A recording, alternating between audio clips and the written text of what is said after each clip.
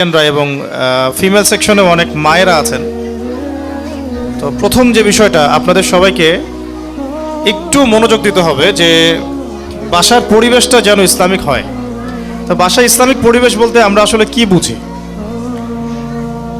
বাসায় ইসলামিক পরিবেশ বলতে আমার বাসার গঠন, আমার বাসার অভ্যন্তরীণ ডেকোরেশন, বাহ্যিক ডেকোরেশন, আমার বাসার ডাইনিং টেবিল, খাবার মেনু, নামাজ, তালিম, আমাদের ওয়াশরুম, আমাদের পিতামাতার মধ্যে সম্পর্ক, ভাই বোনদের মধ্যে সম্পর্ক, পিতার সাথে সন্তানদের সম্পর্ক, মায়ের সাথে সন্তানদের সম্পর্ক, পরিবারের রিজিকের উৎস এবং স্বামী স্ত্রীর অভ্যন্তরীণ সম্পর্ক, এই প্রত্যেকটা বিষয়ে ওতপ্রোতভাবে জড়িত আর কি। ইসলামিক পরিবার বলতে ডিভাইস এডিক্টেড কোনো পরিবার কিন্তু বোঝায় না। দেখেন, আমি এখানে জাস্ট ফটোশ্যুট করতে আসি নাই, কিন্তু আপনারা যেভাবে ফোন নিয়ে বসে আছেন আমি খুব বিব্রত হচ্ছি আর কি। মানে আমি বিব্রত হচ্ছে এই কারণে যে আমাদের বাচ্চারা এটাই শিখবে এখন যে এভাবেই মনে হয় আলোচনা শুনতে হয়। ঠিক আছে, আমাদের বাচ্চারা আজকে শিখতেছে যে আসলে মনে হয় কেউ স্পেশাল কোনো ব্যক্তিত্ব আসলে আমাদের ফোন নিয়ে দাঁড়িয়ে যেতে হবে। মানে তারা কিন্তু এটা শিখতেছে আর কি। এটা ম্যানার না, এটা বরং ডিসম্যানার। তো ফার্স্ট অফ অল আমরা ইফতারের বিতরণটা করতে করতে বিষয়গুলো একটু মাথায় রাখি যে আপনাদের পরিবারটাকে যদি ইসলামিক পরিবার করতে আপনারা ব্যর্থ হন, তাহলে অনেস্টলি স্পিকিং যে আমরা লক্ষ লক্ষ কোটি কোটি টাকা খরচ করে কোনো প্রতিষ্ঠান আপনাদেরকে ইসলামিক সন্তান উপহার দিতে পারবে না। কথাটা আমরা যত দ্রুত বুঝবো ততই ভালো। এখানে প্রতিষ্ঠান যতটা গুরুত্বপূর্ণ তার চেয়ে বেশি গুরুত্বপূর্ণ আপনার পিতামাতার সম্পর্ক এবং ইসলামিক ফ্যামিলির বন্ডিং। তো প্রথম প্রশ্নটা আমি ছুটতে চাই আপনাদের দিকে যে আসলে আমাদের মধ্যে সেই ইসলামিক পারিবারিক মূল্যবোধটা আছে কিনা, এটা আপনাদেরকে খেয়াল রাখতে হবে। আল্লাহ পাক আপনাদেরকে ইসলামিক পরিবার গড়ে তোলার তৌফিক দান করেন। দ্বিতীয় বিষয়টা হচ্ছে যে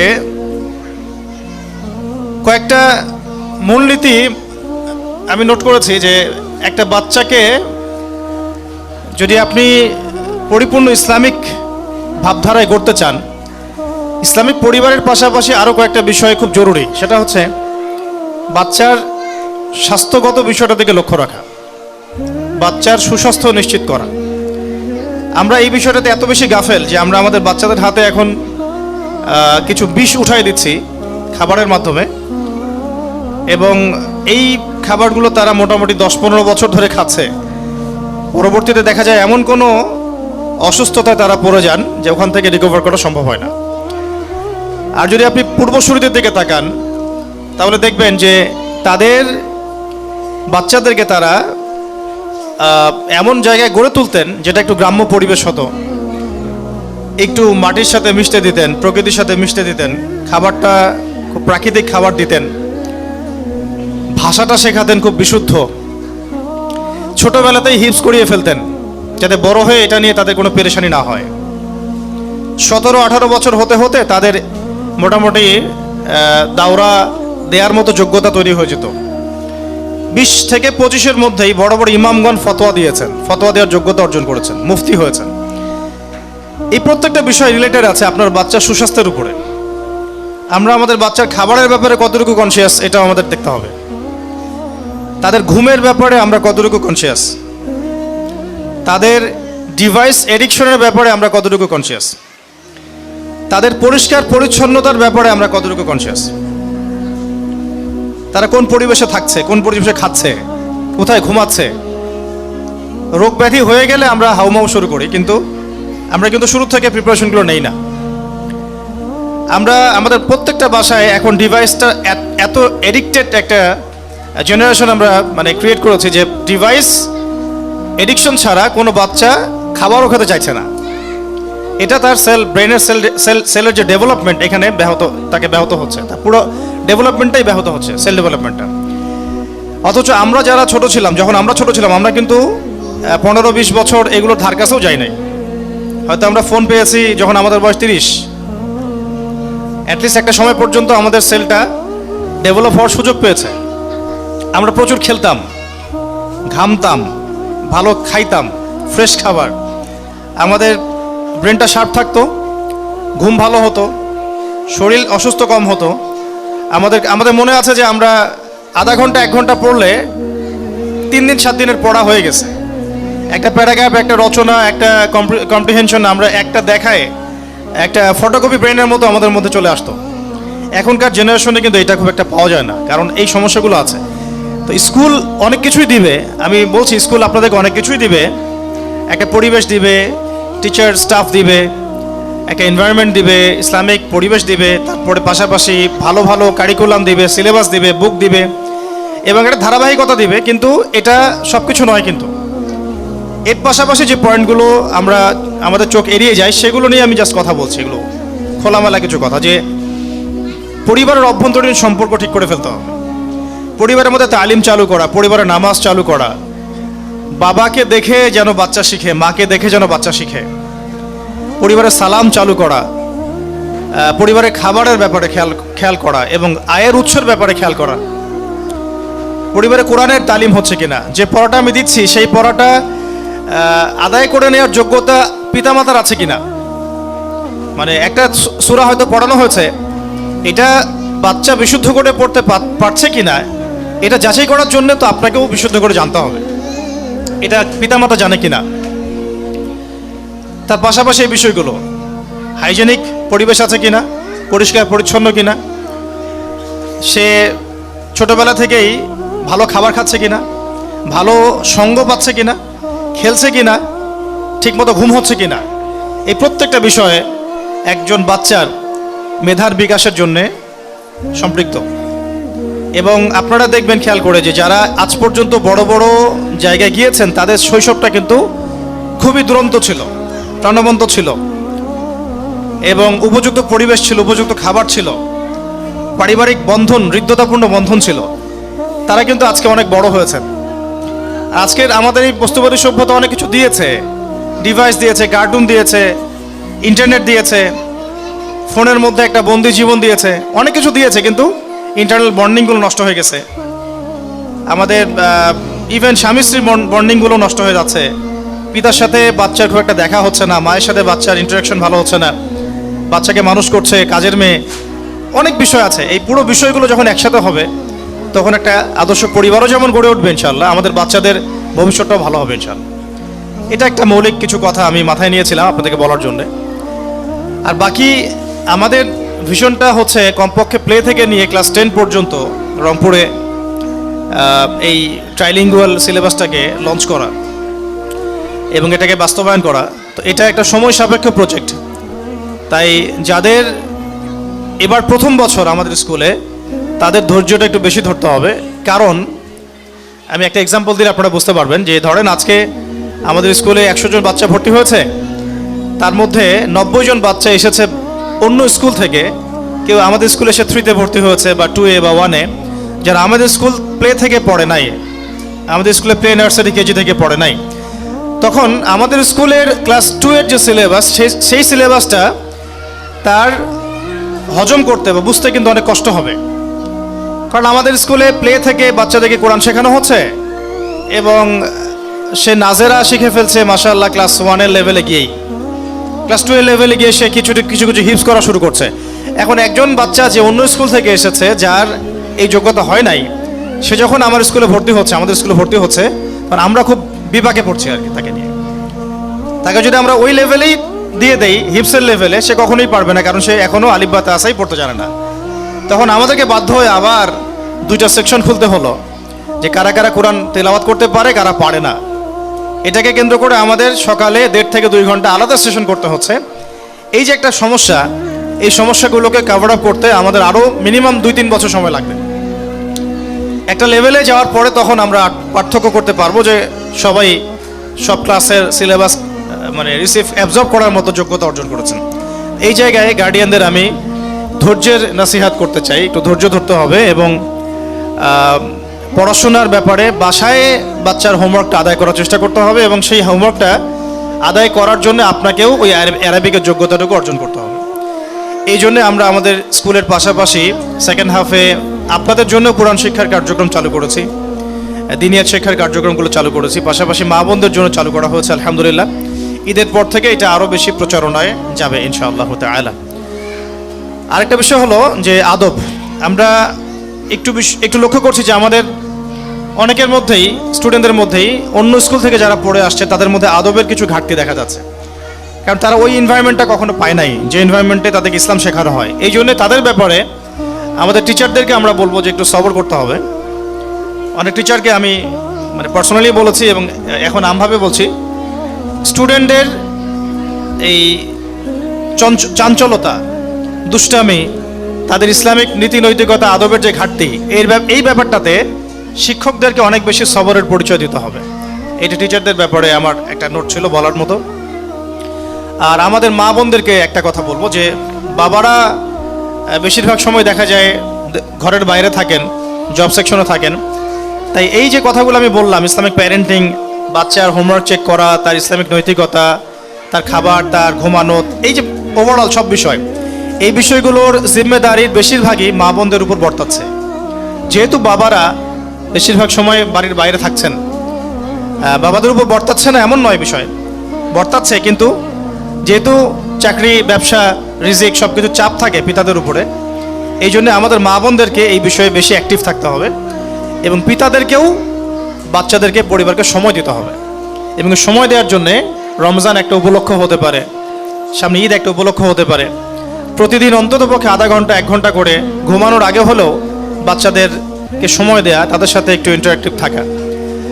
আর যত বেশি আমরা বাচ্চাদেরকে সময় দিব তত বেশি আমাদের বাচ্চারা আমাদেরকে বন্ধু মনে করবে।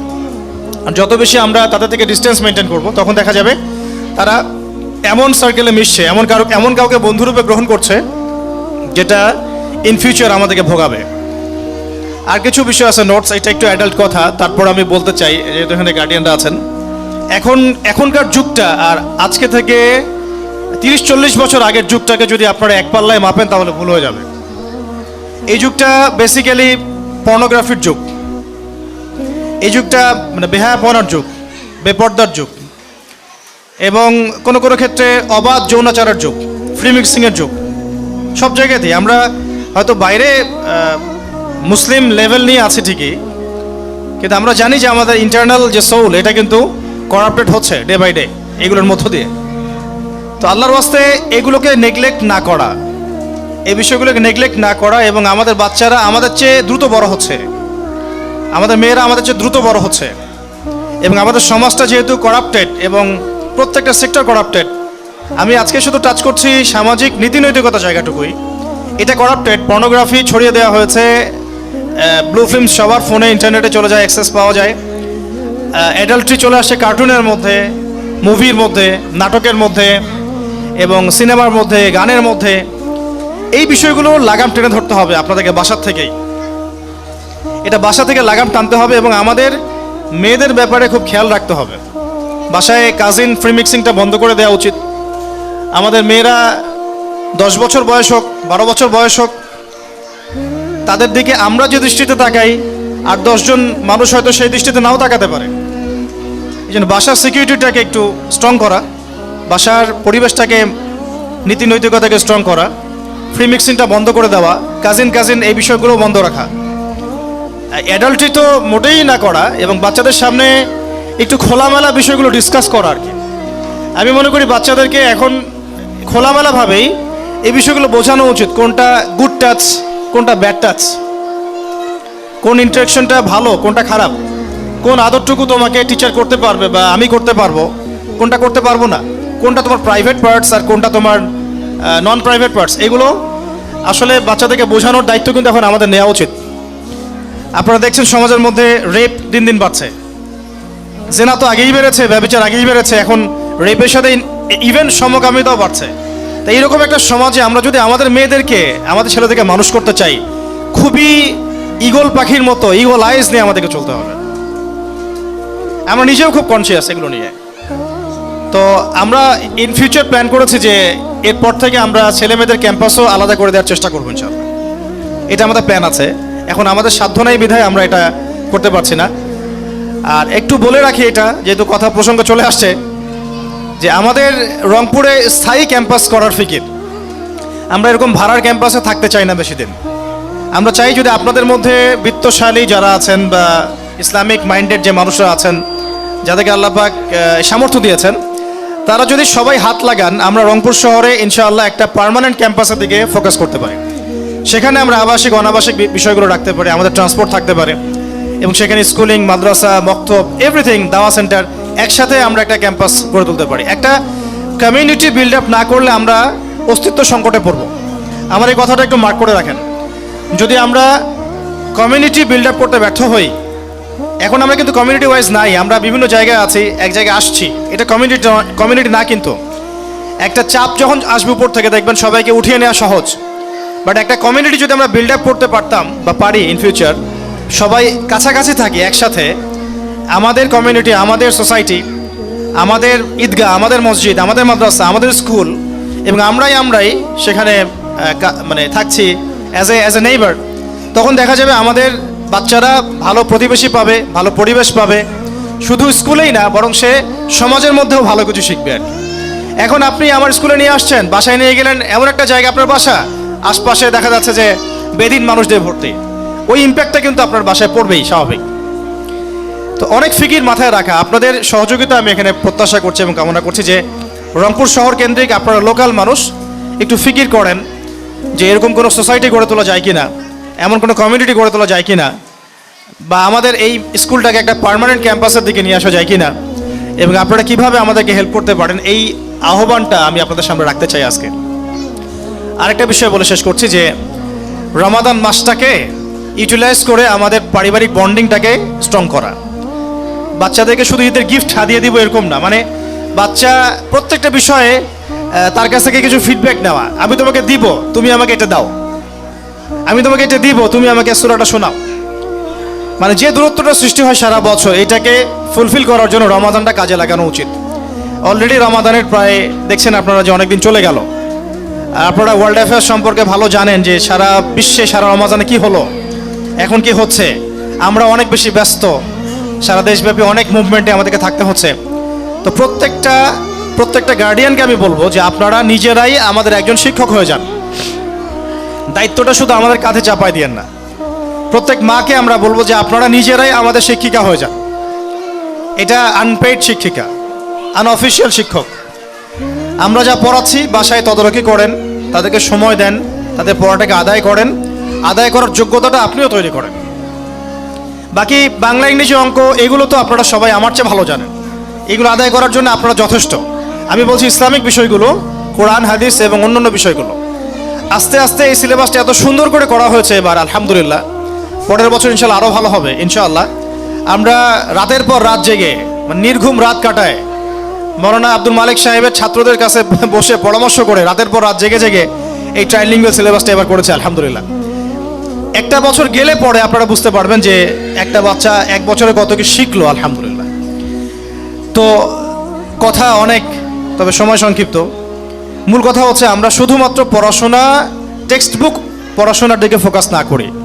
পড়াশোনা আমার আদবের মধ্যেও থাকবে, আখলাকের মধ্যেও থাকবে, পরিবারে থাকতে হবে, নৈতিকতা থাকতে হবে। একটা ছেলে ক্লাসে ফার্স্ট হয় নাই, কোনো সমস্যা নাই। ওই ছেলেটা মুআদ্দাব কিনা, আদব আছে কিনা তার মধ্যে, ভদ্র কিনা, এবং তার মধ্যে ইসলামিক নৈতিকতা কতটুকু, এটা বড় বিষয়। জীবনের এক পর্যায়ে এই ফার্স্ট, সেকেন্ড, থার্ডের এই পজিশনগুলো হারিয়ে যায়। তার আদব, আখলাক, তার নীতি নৈতিকতা এবং অনেস্টি, এইটাই শাইন করে যায় এক সময়। খেয়াল করে দেখেন, আমরা এখানে অনেক অনেক বড় জায়গায় এসেছি এখনই। আপনারা কিন্তু অনেক সময় ফার্স্ট বয় ছিলেন না, হয়তো আমি লাস্ট বয় ছিলাম, এমনও হতে পারে।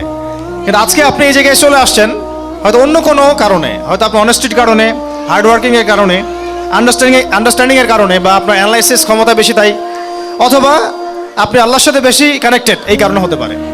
শুধুমাত্র সার্টিফিকেট শিক্ষা নয়, এই মানদণ্ডটা কিন্তু শিক্ষা নয়। প্রত্যেক বাবাকে ভূমিকা রাখতে হবে, মাকে ভূমিকা রাখতে হবে, আমারও স্বাস্থ্য দেখতে হবে, খাবার দেখতে হবে, খেলা দেখতে হবে, ঘুম দেখতে হবে, সব দেখতে হবে। ওর উপরে আমাকে, মানে এটা ভাই, প্রিয় বোন, প্রিয় ভাই, এটা হচ্ছে আল্লাহ পাকের পক্ষ থেকে আপনার কাছে দেয়া একটা আমানত। এই সন্তানের মালিক আমি না, এই মেয়ের মালিকও আমি না, এটা আল্লাহ পাক আমাকে দিয়েছেন একটা সার্টেন টাইম, আমি তাকে আল্লাহর আমানত, আমি দেখাশোনা করছি।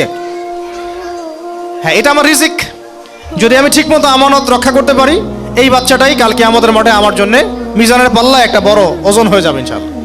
আর যদি আমি এখানে ব্যর্থ হই, এটাকে গৌণ মনে করি, তাহলে আমি রিজিকের একটা বড় অংশ থেকে মাহরুম হয়ে গেলাম। আল্লাহ পাক আমরা সবাইকে এমনভাবে বাচ্চা মানুষ করার তৌফিক দান করেন যাতে আগামীর সে অনিবার্য কনফ্লিক্ট যদি এসেও পড়ে, আমি বলছি আসার সম্ভাবনা 99%, ইল্লা মাশাআল্লাহ, এটা আল্লাহ ভালো, আল্লাহু আ'লাম বিস-সাওয়াব। তা আমরা যতটুকু বুঝি এই বিষয়গুলো যেন আমাদের বাচ্চারা চ্যালেঞ্জটা ফেস করতে পারে, আমরা সেইভাবে ওদেরকে করতে চাই। আল্লাহ পাক আমাদেরকে সেই তৌফিক দান করেন, আমিন। অনেক আলোচনা আছে ইনশাআল্লাহ, আগামীতেও হবে। আজকে সময় সংক্ষিপ্ত, আমরা ঈদের পরে ইনশাআল্লাহ আরেকটা গেট টুগেদার দিব ইনশাআল্লাহ আযজা ওয়া জাল। ইফতারের সময় সামনে দোয়া করতে হবে, কিছু প্রশ্ন আছে আমি দিয়ে শেষ করে দেই, তারপরে দোয়া হবে ইনশাআল্লাহ। দোয়ার পরে আমরা ইফতার করব। ইফতারের পরে যদি আপনাদের কোনো অবজারভেশন থাকে, মন্তব্য থাকে, বা খুসুসি কোনো মাশওয়ারা বা পরামর্শ বা কথা থাকে, আমরা এখানে আছি, মাগরিবের পরে আপনারা আলোচনা করতে পারেন ইনশাআল্লাহ। সর্বশেষ কথা হচ্ছে ভাই এবং বোনরা, যে এটা আমার একার চ্যালেঞ্জ না, এটা আমাদের একার চ্যালেঞ্জ না। বাংলাদেশে প্রত্যেকটা জেলায় জেলায়, গ্রামে গ্রামে এরকম স্কুলিং দরকার, মাদ্রাসা দরকার, মক্তব দরকার, এবং ভিন্ন ডাইমেনশন থেকে কাজ করা দরকার।